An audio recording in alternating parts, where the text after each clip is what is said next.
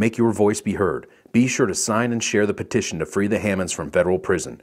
Watch Sibel Edmonds and Todd Macfarlane discuss the petition to release the Hammonds at the end of this video.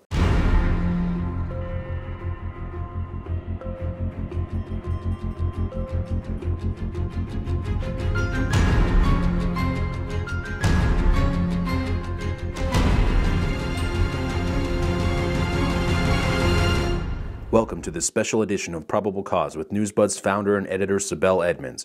Today, Sibel's guest is Todd Macfarlane, who is an attorney, a rancher, a writer, and a political activist. Based in Utah, Todd has represented multiple ranchers in long-standing struggles with the federal government. Welcome to Probable Cause with Sibel Edmonds. Well, welcome, Todd. It's been a while since we had a discussion on these very, very important topics regarding the ranchers' dilemma and their struggle without the public support due to the, of course, mainstream media and the pseudo-alternative media here in the United States. Interestingly, yesterday we had a guest from 10th Amendment Center, Mike Mahari, and we had a great one-hour discussion about the states' rights versus the federal government and the federal government's overreach. And this interview, this discussion is going to really nicely fit in with the interview we conducted yesterday. We published it today. Recently, you and a group of activists launched a petition on Hammond's case. Until recently, about 2 years ago, I didn't even know about the Hammond's case. Again, thanks to the mainstream and pseudo-alternative media outlets. And as soon as I started reading about this case and then doing additional research on this, I was outraged. It was one of those cases that I would say truly boiled my blood temperature, my blood. I have to say I was first very shocked that this case did not garner really big national attention. And then the second was what was taking place here in this country, in the United States of America, supposedly governed under the separation of powers, and the fact that most people don't know about this, that alone is worthy of a separate edition for us to discuss, to talk about. But let's start with this petition and with you telling our viewers about Hammond's case. Starting from the beginning, what is this Hammond's case? And what is this petition and what it is that you're trying to accomplish? Well, thank you, Sibel, and thanks for the opportunity to discuss this.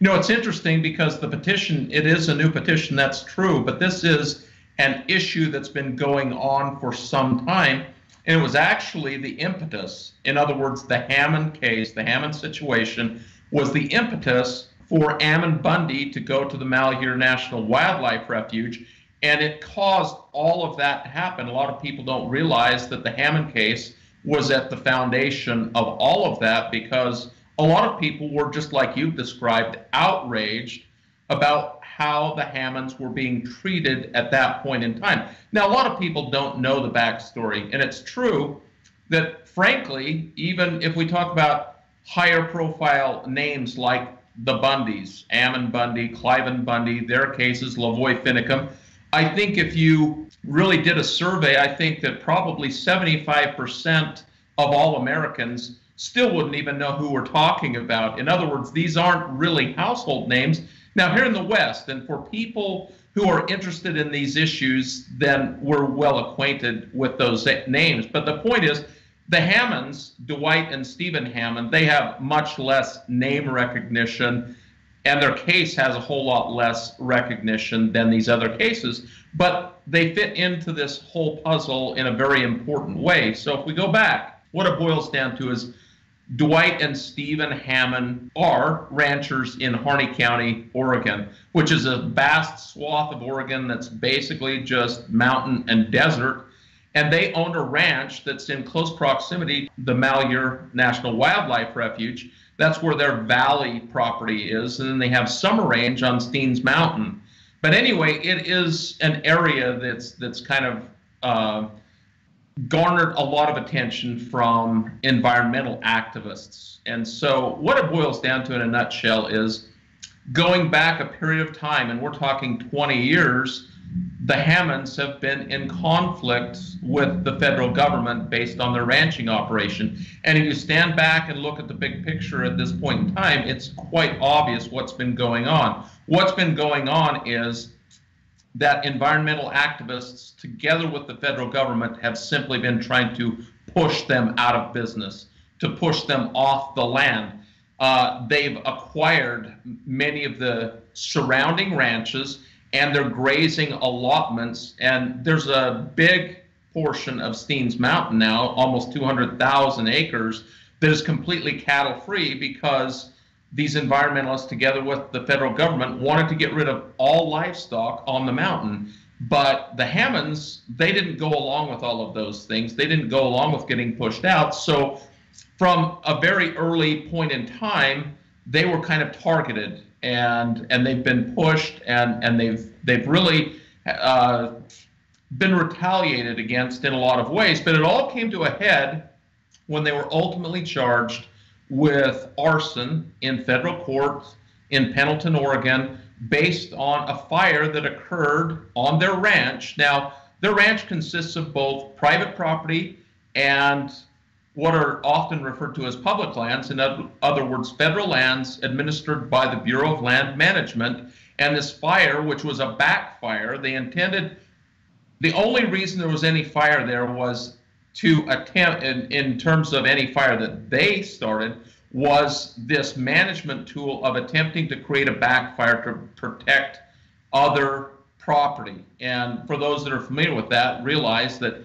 backfires are often used because once you start a backfire and it burns, then there's no more fuel there left to burn, and so the fire stops there. So they had started this little backfire on their own private property to try to protect their ranch, and it kind of spread a little bit and actually consumed about 140 acres of BLM land there, the forage on this land, which is basically just rough brush, a little bit of grass, that sort of thing.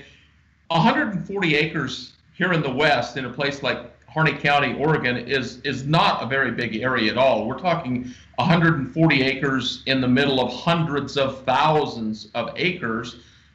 Even in the court case, they determined that the value of the forage that it consumed was less than $1,000. But they were prosecuted for arson, and they were tried, in my opinion, in a very, very retaliatory prosecution.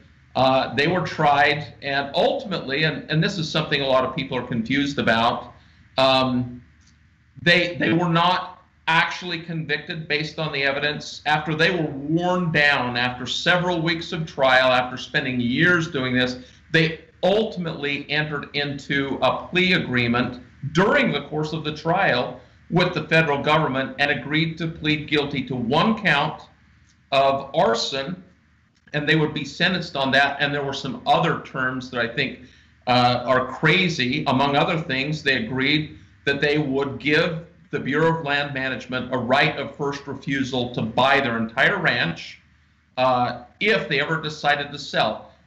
The BLM, the federal government, insisted that that be a term of this plea agreement because they were so determined to acquire that ranch. In addition to the prison sentence was the fine. You've probably heard, but they agreed, the federal government insisted on a fine of $400,000. $400,000. And then they were kind of throwing themselves on the mercy of the court to determine the prison sentence. They were willing to give a right of first refusal. They were willing to pay the fine in the amount of $400,000, which they did. But in the original sentencing, Judge Michael Hogan thought that the federal mandatory minimum sentences for that particular crime, in other words, arson, but the problem is, under these federal mandatory minimum sentences, there is this terrorism enhancement that caused that to go from what would otherwise maybe be a crime for which you might, if you were a first-time offender, in other words, if you didn't have a criminal history or anything like that, you probably wouldn't be sentenced to spend any time in prison whatsoever. But under these enhancements, it required that the sentence be, because it was federal property. So that's the thing. It could have happened anywhere else, and you would not spend any time whatsoever. But because it was federal property, and they made a big deal of this, in other words, it burned some federal sagebrush, under the minimum mandatory sentencing guidelines, they were supposed to spend at least 5 years in prison. Well, Judge Michael Hogan, just before he was set to retire, said he found that under the conditions and circumstances of that case to be outrageous. He thought it shocked the conscience that this 73-year-old rancher and his 40-year-old son should spend 5 years in prison after paying $400,000 and all of these other things, being prosecuted and persecuted for years. So he sentenced the son, the younger, to a full year in prison and his father to 3 months in prison. And they both served those terms. So Dwight Hammond went to prison for 3 months. His son went for a year. But this is the part, and this is the sticking point. The federal government itself appealed the sentence, thought that that sentence was too light, and thought that Judge Hogan had abused his discretion in giving them some leniency. So it went to the Ninth Circuit Court of Appeals. The Ninth Circuit overturned Judge Hogan's sentence and found that under these federal mandatory minimum sentencing requirements, that he had no discretion, that judges basically have no discretion whatsoever. Doesn't matter who the people are, what the circumstances are. If you apply these terrorism enhancements, which is what they did, then they would have to serve at least 5 years. So at that point in time, they were resentenced to go back and serve the full 5 years each. And it's at that point that a lot of people started really becoming outraged about that. That was late 2015. That was during the holidays of 2015, going into the new year of 2016, which is when Ammon Bundy and a number of other people went to Burns, Oregon to protest this travesty that was going on with respect to the Hammonds. And the offshoot of that was that they went out to the Malheur National Wildlife Refuge and occupied the refuge to try to bring attention to the Hammond case and what was going on. So that's kind of a nutshell version, Sibel. Well, before I continue with the petition and what the petition that you have just released is asking for, I have questions. I have so many questions. I wish we had like 5 hours to go through these questions. Now, this was in order to prevent the spread of fire that actually you are required to do. And in this particular case, what they did actually saved so much land from the spread of this fire. Is that correct? That is correct, Sibel. The reality is that even the BLM or the Forest Service and their firefighters, they all use backfires as a regular tool when fighting other fires. The other thing that's really interesting to understand is that under federal law, if you are a grazing allottee, in other words, if you have a grazing allotment like the Hammonds did, it specifically says in the law that applies to that if for some reason you start a fire that's really burning the forage that you have the right to use. In other words, what you're burning is the feed that your cattle would be eating. And so they recognize that. They recognize that this is something that you have a right to, that you're simply supposed to cooperate with getting the fire put out, but there's no other penalty. There are no other major consequences. It's not going to be treated as arson, terrorism, or something like that. That is the law that should have applied to their situation. But in this malicious prosecution that occurred based on the small acreage, the federal government tried to blow it into something that it wasn't. Now, I'm just right now trying to think and come up with cases of mega corporations who have, because of their recklessness, because many of them are so greedy, have caused things like environmental pollution, either through oil spill, that we have had so many of these instances, You're looking at, in some cases, because of fracking, it's polluting and poisoning the water in this entire area. I'm talking about counties after counties, affecting the entire states. And I can't, and I don't remember a single case where the CEOs, the owners, the large shareholders of mega corporations causing irreparable damage from polluting the environment, oil spills, destroying the land, going to jail under some domestic terrorism law. Can you think of any cases whatsoever where we have mega corporations, CEOs, and owners, okay? These are the people with billions of dollars, for doing damage, polluting, poisoning people, going to jail and actually serving jail sentences? So off the top of my head, I can't think of any, Sibel, but I think you make a really important point, and it's an important distinction between those situations that you've described, and we all know that there are a lot of those out there, despite whatever precautions might be taken, situations where there are serious consequences that affect a lot of other people and a lot of other natural resources. In this situation, there was no damage to anyone else. There was no damage to, it was a renewable resource. In other words, forage, range forage that would grow back the next year as soon as there was enough rainfall to allow it to do so. And it was forage that they already had the right to use, the right to consume through their livestock. So no one else was damaged by this. There were no other consequences, but despite that, they were treated on a very discriminatory, retaliatory basis, like you've described, that we haven't seen with anybody else that is engaged in much more egregious behavior, whether it was intentional or not. Here's another question I have, Todd, and that has to do with, because I know the mainstream media, pseudo-alternatives, various NGOs who are funded by special interests, they have been putting this environmentalism or on behalf of environmentalism twist into this case and similar cases. But there are certain facts about that whole Malheur area and these ranches that has not garnered the deserved attention that basically counters this environmentalism spin that is being put on these cases. For example, based on my research, I found out that there is this private company, Uranium One. It's a foreign company. It's a foreign company that has been giving tens of millions of dollars to Clinton and Clinton Foundation and have business arrangements with them. And they also have business arrangements, with Russians. Before all this stuff took place, they have been trying to acquire these parcels, these lands from the ranchers for uranium yellowcake mining, okay? Because this area in Oregon is really, really rich in uranium.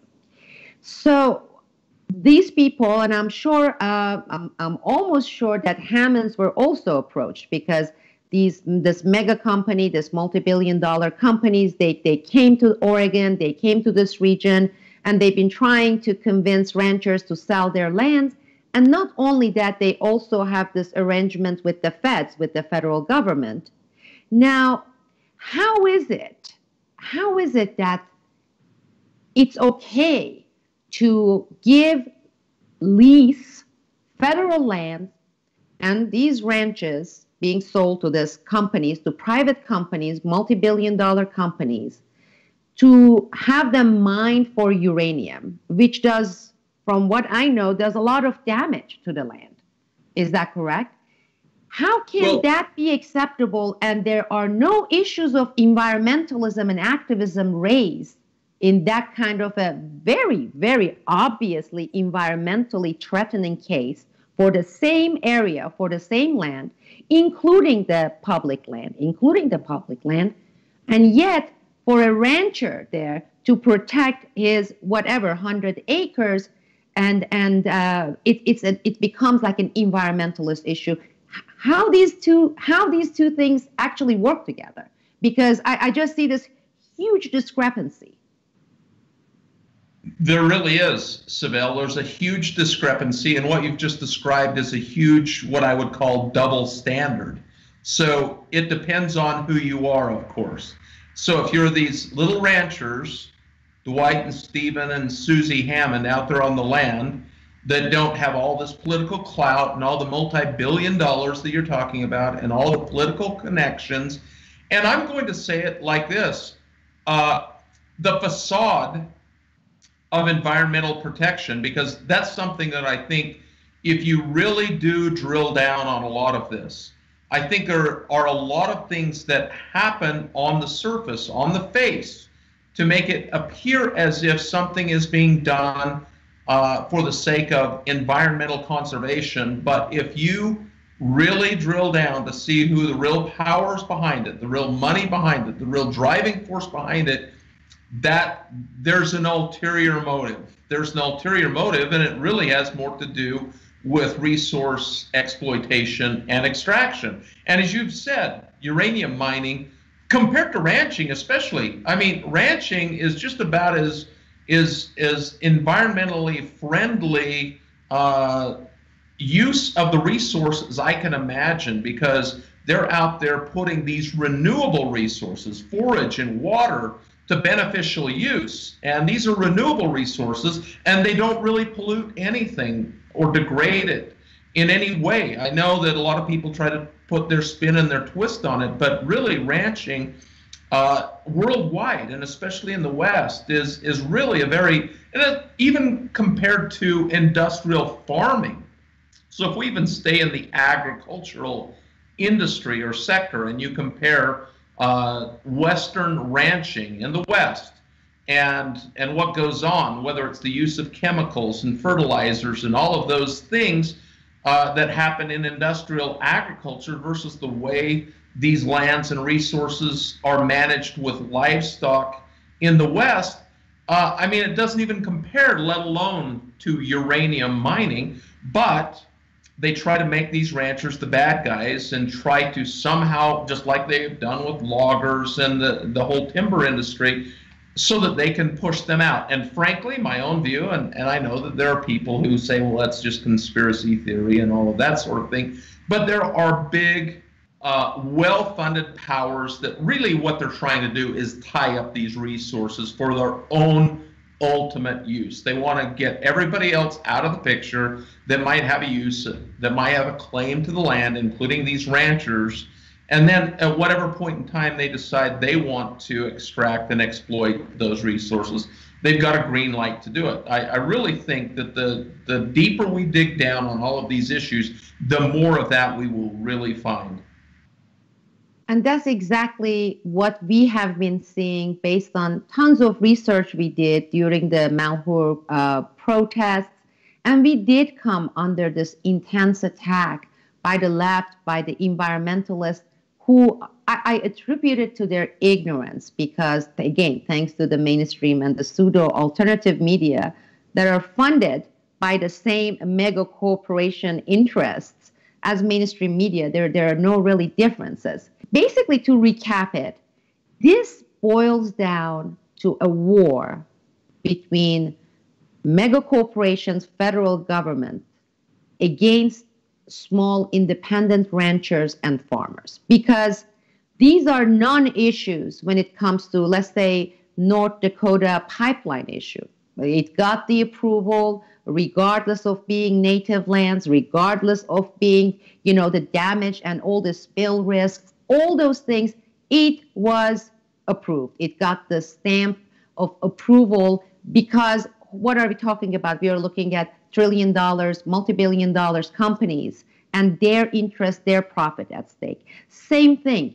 As long as these ranches, the farms are mega farms, mega ranches, owned and operated by mega companies, and there are a handful of them, and they get to use Monsanto products, they can pollute the environment, all those things. These are non-issues. There are no environmental issues raised by the federal government. Nobody goes to jail. Nobody gets to be prosecuted. However, this last frontier of the individual family-owned farms and ranches, They are target because our government, in bed with mega corporations, wants to see them gone. I mean, we basically, in so many ways, I went to Russia right after the collapse of the Soviet Union. And basically, when you go to the market to shop, you had one brand, government-owned, one brand bread, government-owned, one brand bottled soda. Anything that you saw basically was owned by the government.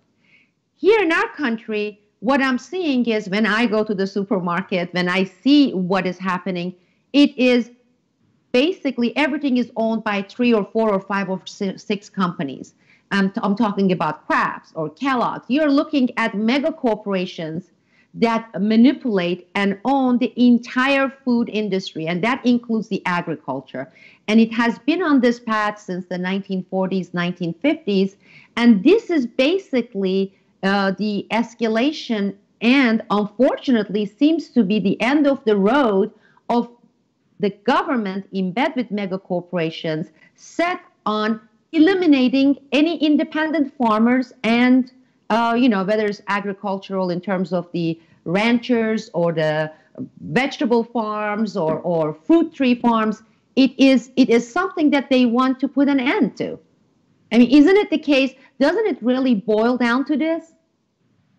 Well, certainly from my perspective and from the Western perspective, the perspective of farmers and ranchers on the land out in the West, again, small, independent, I'm going to use the phrase self-sufficient farmers and ranchers out there on the land, putting those resources to beneficial use. They feel like there is a concerted effort to push them off the land. Why is that happening? I think we're talking about today in this interview some of the reasons why it's happening. A lot of people, when they really dig into this, feel like the United Nations Agenda 21 is all part of that objective.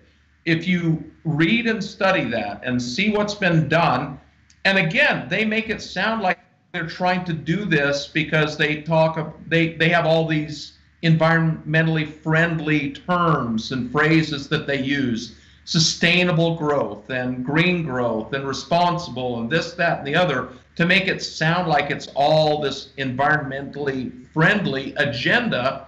But really, if you drill down on it, I think that what they're really wanting to do is eliminate many of these truly environmentally friendly enterprises like sustainable ranching in the West, push the people off the lands where they can be controlled so that those big areas that really have nothing there now except ranchers to a large extent, they're removed, the population is removed to the cities so that there's nothing that stands in the way then of the powers that be, whoever and whatever they are, to completely monopolize and exploit these resources without any obstacles.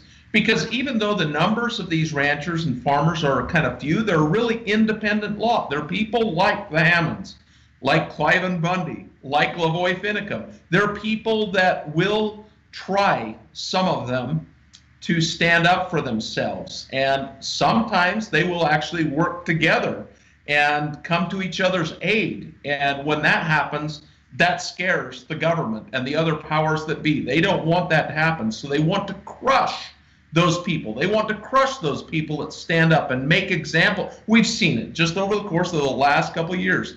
The effort backfired. There's no question that it backfired. They brought these military forces to play, and they abused their power in every possible way, and it ultimately backfired. But there's no question that's what they were attempting to do, to make an example so that hopefully no one else in the foreseeable future would ever try to stand up or do anything like that again. I mean, it's the stuff movies are made of.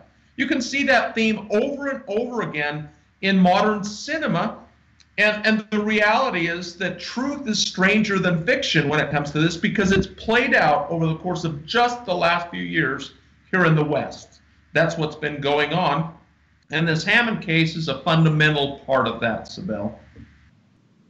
Well, and that brings us to the issue of separation of powers, and when we are looking at states versus federal government. Now, in this particular case, let's talk about the states' roles.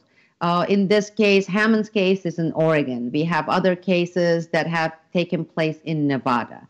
And what are the roles of states in terms of authority granted under the Constitution? And are they using it? And if not, why? Well, so, this is a debate. It's what I call the aftermath of the Federalist, anti-Federalist debate that resulted in ratification of the Constitution. This is exactly the same debate that the Federalists and the anti-Federalists were having after the Constitution was drafted and about whether or not it should be ratified by the original 13 colonies. It was exactly these kinds of issues, this conflict between the powers of the federal government and the states.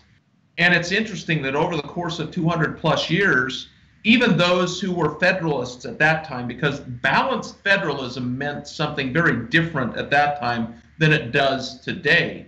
Today, it's come to mean this whole concept of central government, that all power is basically consolidated in the federal government. But at that time, even the Federalists espoused a balanced federalism, basically where the states as a group had every bit as much power and held the federal government in check. That's no longer the case.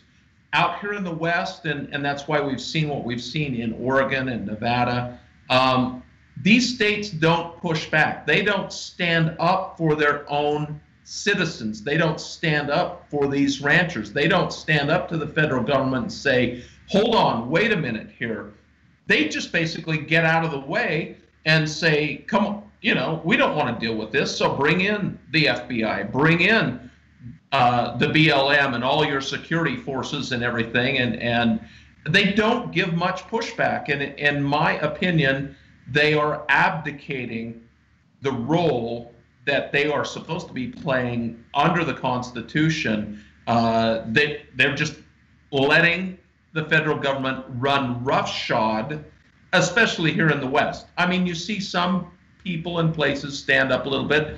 I live in Utah. Utah's kind of taken a lead in trying to do something about this whole state versus federal issue with respect to these lands and resources in the West.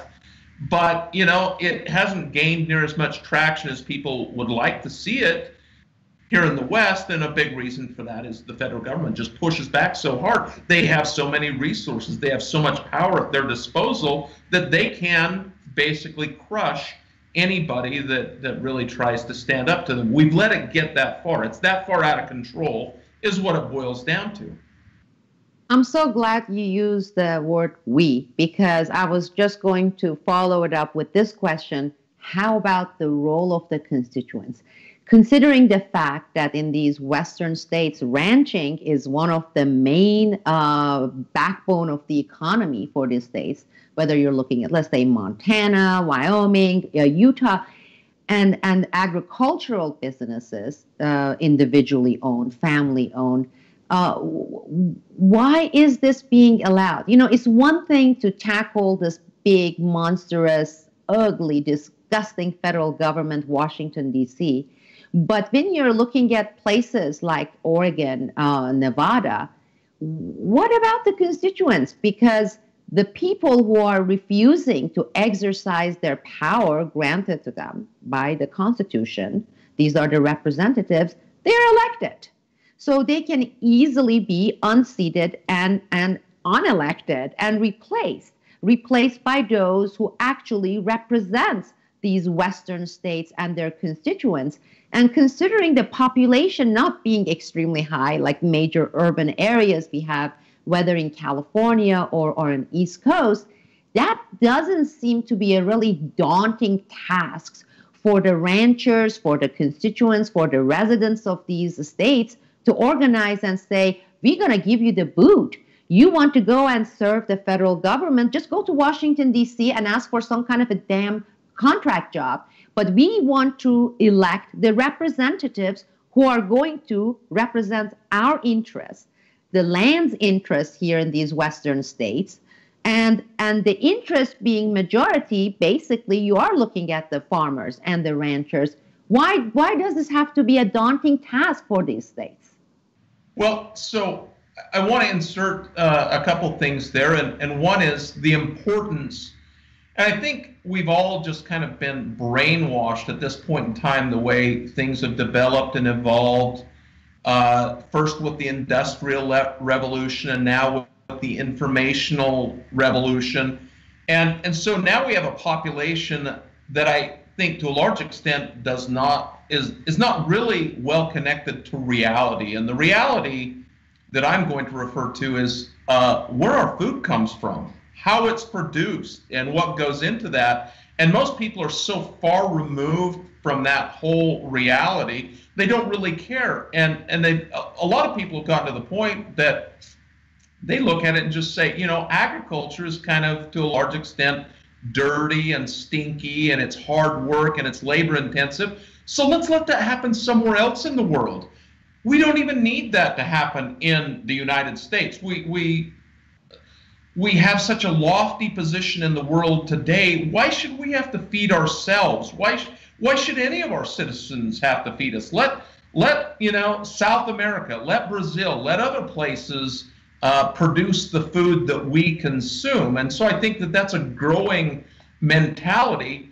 And I think that that is a mentality that prevails in urban areas throughout the United States, including in the West. And so this is an important point I want to make, Sibel. So we look at the West, we look at Oregon, we look at Utah, Wyoming, Montana, just like you've described. But I think it is a little bit surprising. For example, Utah has a very high concentration of urban population. We've got, you know, a population of pushing 3 million people, and 2.5 million of those people live in a metropolitan area that has completely pushed agriculture out. And you see the same thing in Oregon. It's the same in California, Washington. You have big population centers, and then you've got this vast area of arid agricultural land that's used for ranching, and it's really just sparsely populated. So when you compare the population of those rural areas to the populations of, say, Portland or Seattle or Salt Lake City, you know, Las Vegas, Nevada, places like that, then those urban populations, they do have all the political power. It's the same in California. That's why there was this whole state of Jefferson movement, the northern part of California, because they didn't have truly representative government in their state government, because their state government was completely dominated by the major population centers.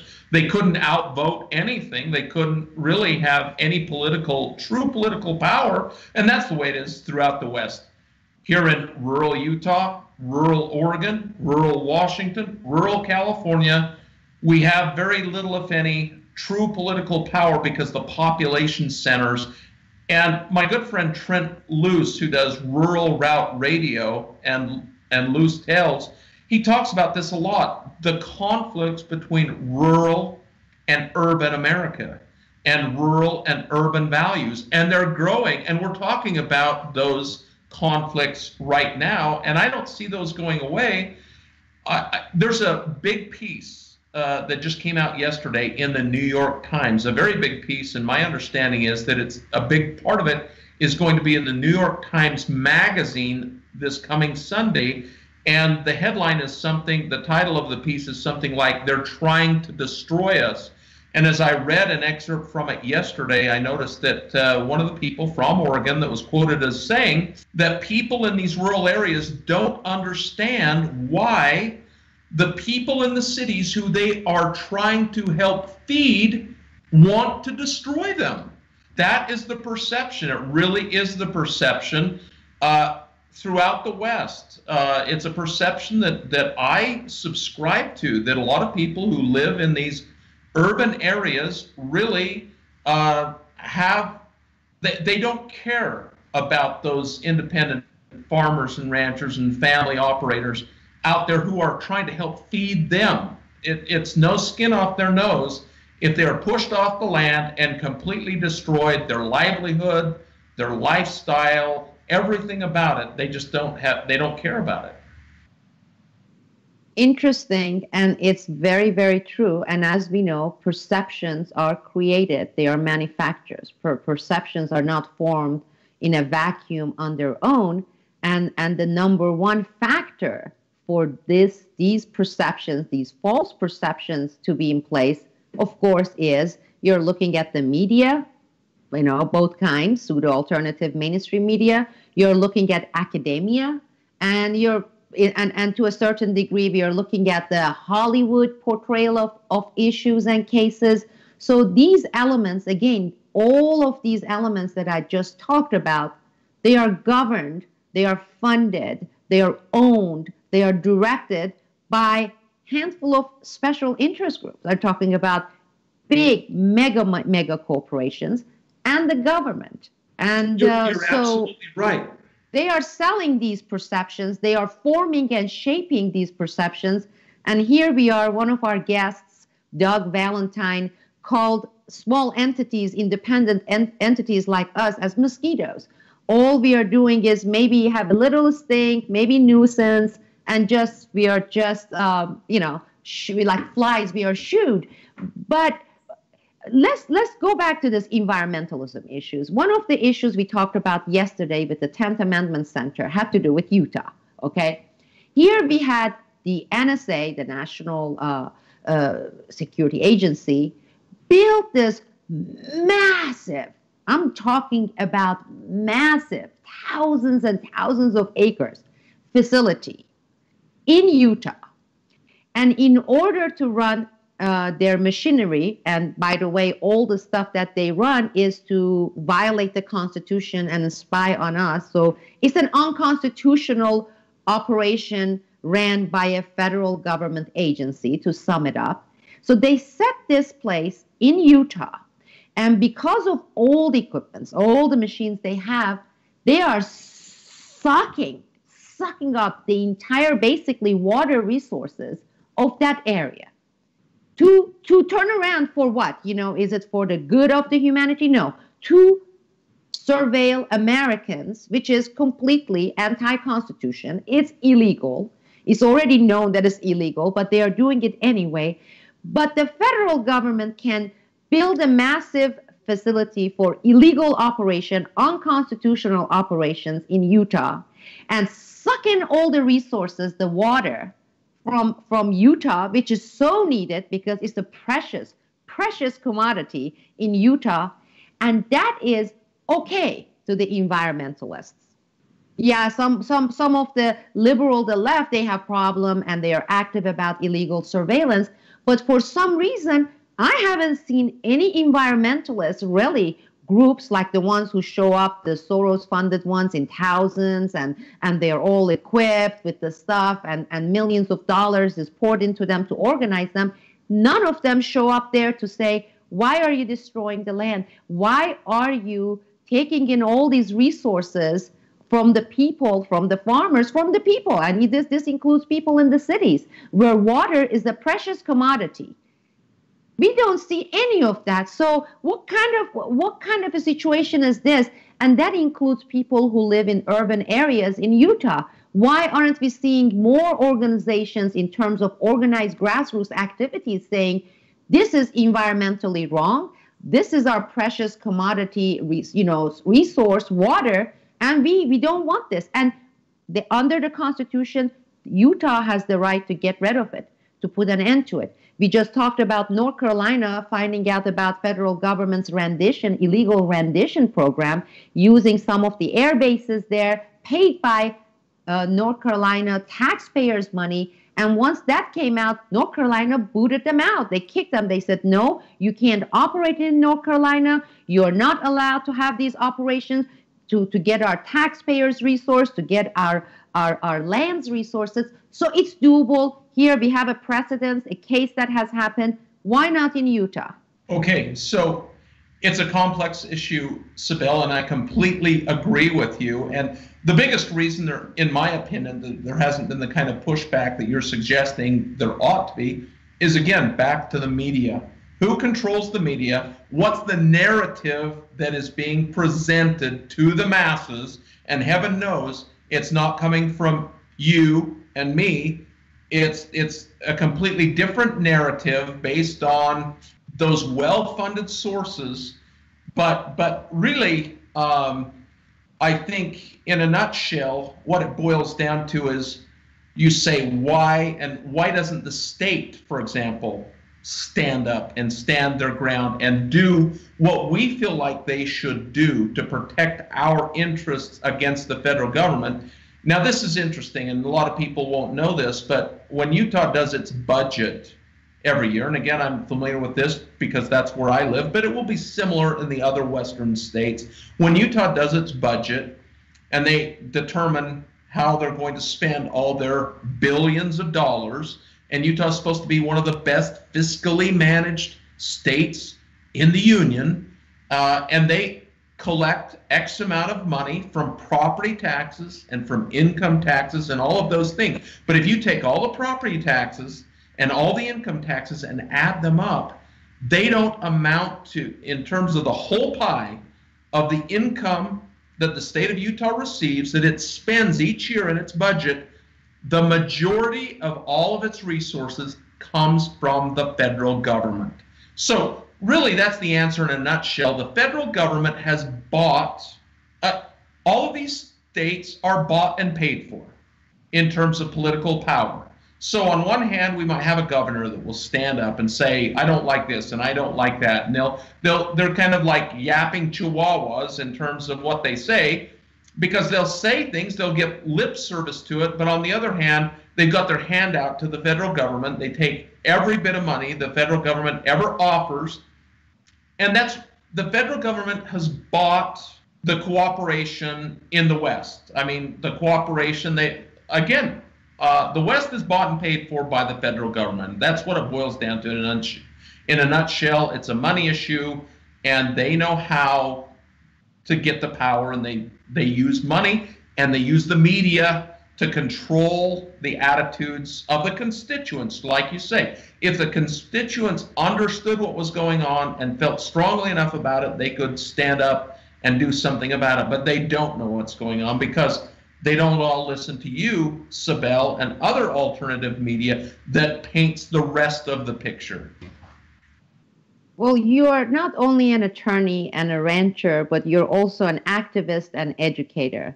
And I know how much of your time you have been putting in the last few years, driving sometimes hundreds and hundreds of miles, going to different counties, whether it's in Utah, whether it's in Oregon, holding these seminars, educating the ranchers, the people, the residents there on the constitutional rights they have that they should be exercising, and on how to exercise these constitutional rights that they have, both, and both statewide and against a federal government overreach. As part of this, you recently put out this petition. What is it that you're trying to accomplish with this petition? We're going to be putting the link on our website. As soon as you went live with that petition, I signed it. I put my email address because it's an issue that I believe in. It's an issue that I used to be ignorant about. But thanks to the Malheur protests and what took place, I ended up finding out about Hammond's. And that itself was the success, the objective they had. Many people who didn't know about Hammond's case, they ended up finding out about it because the people, they couldn't get the media cover it. And this ended up being in a very, very high price injustice that took place in this entire Malheur case, which I'd like to have another session on. I signed this petition. I have been encouraging all the people I know, including my family members, to sign the petition. They have signed the petition. Tell us about this petition, what you're asking for, what you are asking for, and why. Right. The issues we've described in this interview are broad, they're far-reaching. We're not going to fix all of that in this discussion, but if we narrow it down to this issue with respect to the Hammonds, basically what the petition asks for is for President Trump and the Department of Justice to closely analyze this case and the prosecutorial misconduct that occurred in the case and the gross injustice that ultimately resulted from being sentenced twice to serve a full 5 years. Now, again, compared to other cases that you might spend decades, but why it seems just completely disproportionate to everybody who closely analyzes this that they should spend 5 years in prison for the consumption of less than $1,000 worth of sagebrush just because it's on federal ground. But the president has the power. He has the power to pardon. He has the power to commute sentences.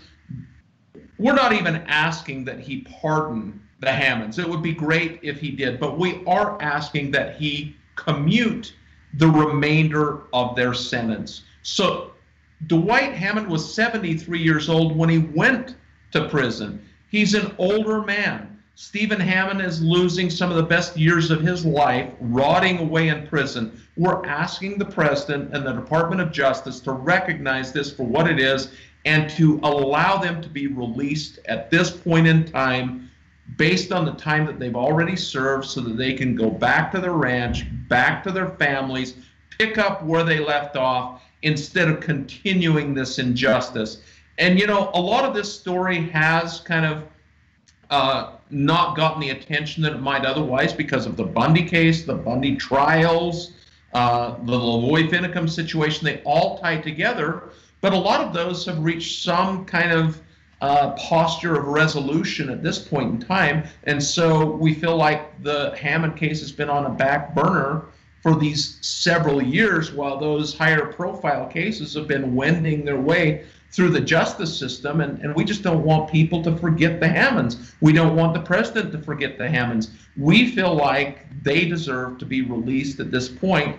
And the more people that say that, like you, like me, like everyone that speaks up, that signs the petition, that writes a letter, that goes to the website of the pardon attorney and makes comments, all of those help. And if we can do enough to gain enough traction and critical mass, we're hoping that the president will act on this. We're hoping that he will see the injustice and that he will take the steps that are necessary to allow them to go home.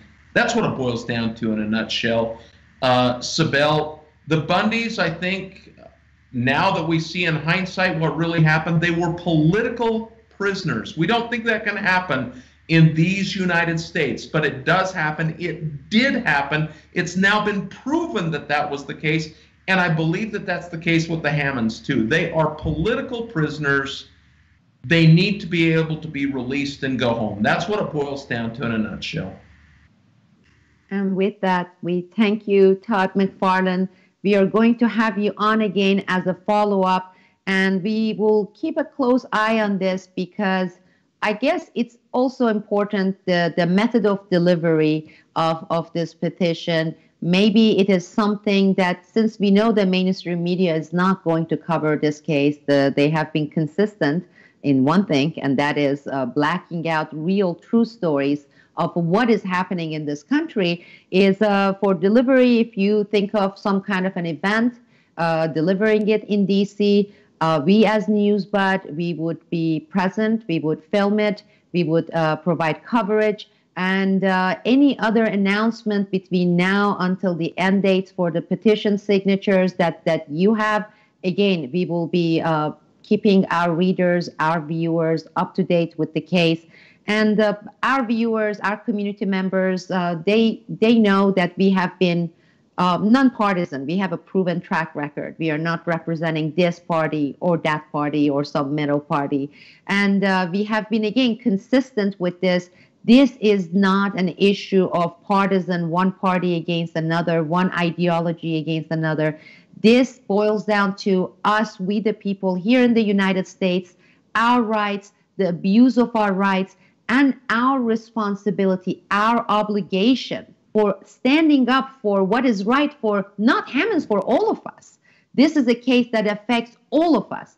And again, these types of cases, they set precedents.